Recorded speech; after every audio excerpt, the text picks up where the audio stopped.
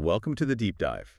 Today we're uncorking a topic that I think resonates with pretty much anyone who loves a good glass of wine, but maybe doesn't love the price tag that often comes with it. Yeah. Our mission for this deep dive, it's really to equip you with the knowledge to confidently navigate the wine world. From online retailers right down to the grocery store aisles, and discover true value without compromising on taste. Yeah, we've been digging through a stack of insights from an expert on this whole wine on a budget idea. We're pulling out everything from understanding how pricing works to some real insider shopping strategies. And what's fascinating, I think, is just how much a little bit of knowledge can empower you to find those real hidden gems. Exactly. You might hear budget wine and immediately think, okay, I'm settling for something less. Yeah. But as we'll unpack today, it's much more about making smart choices. Choices that can lead you to wines that, honestly, rival bottles costing twice, maybe even 3 times as much. Okay, so let's tackle this head on. This common misconception. Higher price automatically means better wine. Turns out that's often just not the case, right? Right. And this really raises that important question about value. You're often paying for things that have, frankly, little to do with the liquid in the bottle. Things like brand recognition, maybe super fancy packaging, or, a vineyard's long-standing reputation. Our sources highlight how let's say, a $50 plus bottle can have production costs that are remarkably similar to a $15 or $20 one. Wow. So you're paying for the story, almost. In many cases, yes. Marketing, distribution layers, all that adds up. And here's where it gets really interesting, I think. Restaurant markups. Yeah. I mean, picture this. A $45 bottle on a wine list that might only cost, what, $12, maybe $15 at a store? It's kind of staggering. Oh, absolutely. And if we connect this to the bigger picture, understanding these markups, it really shows why maybe building a bit of a home collection makes solid financial sense, or sort of reframes what budget shopping even means. It's not just about cheap wine, it's about smart value. And beyond markups, you've got other things inflating prices, those multiple distribution layers we mentioned, sometimes vineyard prestige that maybe outweighs the actual current quality. Gotcha. So fewer hands touching the bottle between the vineyard and me generally means better value. It's often the case, yeah. Okay, that definitely puts things into perspective. So armed with this knowledge, price isn't everything of where we start this treasure hunt. Let's dive into some of the top spots, maybe online and physical stores, that consistently get praised for value. Well, one that our sources strongly recommend is the Organic Wine Exchange, especially if you're looking for wines under $15. What's really compelling there is their focus on organic and even biodynamic wines. And you often find those without the usual premium price tag you might expect. Right, because organic sometimes signals more expensive. Exactly, but not always here. And they offer practical perks too, right? Like tasting notes, food pairing ideas. Retailed ones, yeah. And mixed case discounts, often 20–30%. Plus, customizable subscriptions if you like exploring. Nice. Okay, who else? Then there's wine.com. It just shines for its massive selection and, well, convenience. They have a whole section, best wines under $20, that they keep pretty up to date. And their stewardship program, you pay an annual fee for free shipping that can pay for itself really quickly if you order, a few times a year. And don't forget their mobile app. Super useful for doing quick price checks when you're actually in a store, right? Plus, they seem to have sales pretty often, sometimes 20, even 40% off. Worth keeping an eye on. Definitely. And maybe surprisingly, even some premium producers offer more accessible options. Take the Prisoner Wine Company. Their Saldo Zinfandel, usually around $25–30 retail. You can often find it for closer to $20 at warehouse stores, like Costco. Oh, interesting. Yeah, and they have sister brands, too, that deliver that similar big, bold, fruit-forward style, but at a lower price point. Great for fans of rich reds on a budget. Okay, so online is covered. But what about when you're just doing your regular grocery run? Let's talk about those everyday stores. Right. First up, gotta mention Trader Joe's. Legendary status, almost. Beyond $2 check, though. Oh, yeah, way beyond. The real gems, according to our sources, are their private label wines, often in that $6 to $12 range. The key thing with Trader Joe's is just the sheer variety, and it changes all the time. Selections vary a lot by location. Their buyers are constantly bringing in new stuff. We saw mentions of things like Floriana Gruner Veltliner for maybe $6. Crisp white, yeah. Exactly. Or Costa Roan for under 10. Espanol Vinho Verde, super refreshing Portuguese white for like $4. Block 7 Pinot Noir for $8. Real finds. It really is like a little wine adventure every time you walk in, isn't it? You just never know. Now, for folks who maybe buy a bit more or don't mind buying in quantity, Costco's wine section, seriously underrated. Totally agree. Their buyers have serious clout. They secure exclusive bottlings, often at significantly reduced prices, and the Kirkland signature wines don't sleep on those. They're often made by very reputable wineries, just bottled under the Kirkland label. Like what specifically? Well, think Kirkland Signature Chateau Neuf du Pape, a classic French red. You might find it for $18-22 there, whereas a similar quality bottle elsewhere could easily be $35-40, even more. Wow. Or their Kirkland Signature Champagne, often around $19-24. Compare that to $35 plus for many other champagnes. It's impressive value for genuine champagne. Okay, good tip.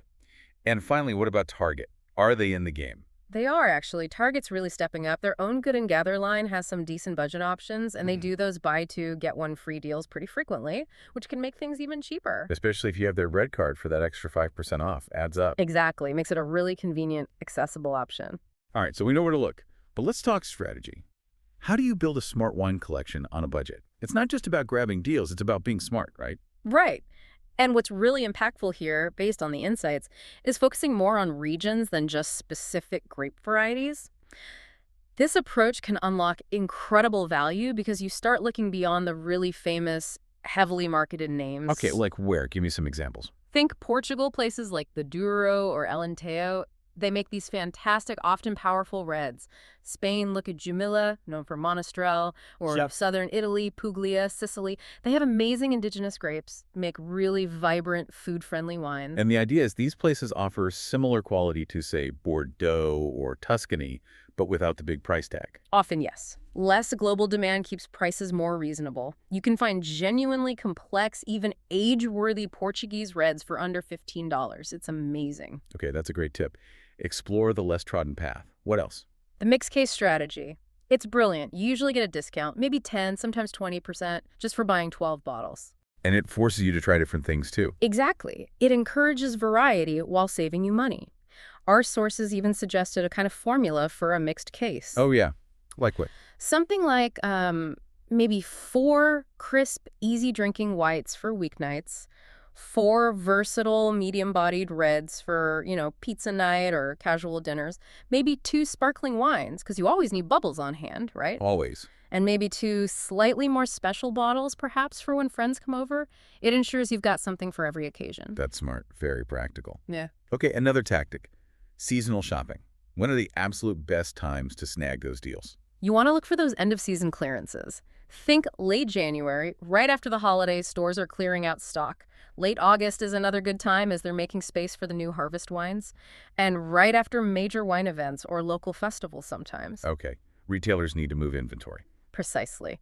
Also, the big holiday sales period, basically from Black Friday right through New Year's. That's prime time for case discounts and big promotions. Great time to stock up or grab gifts. Makes sense. Capitalize on the retail cycle. Now, what about wine subscriptions? We mentioned a few earlier. Can they actually save you money in the long run? It's a good question, and the answer is yes, they can, but you need to be selective. Look for clubs that actually let you specify your price range and maybe your taste preferences.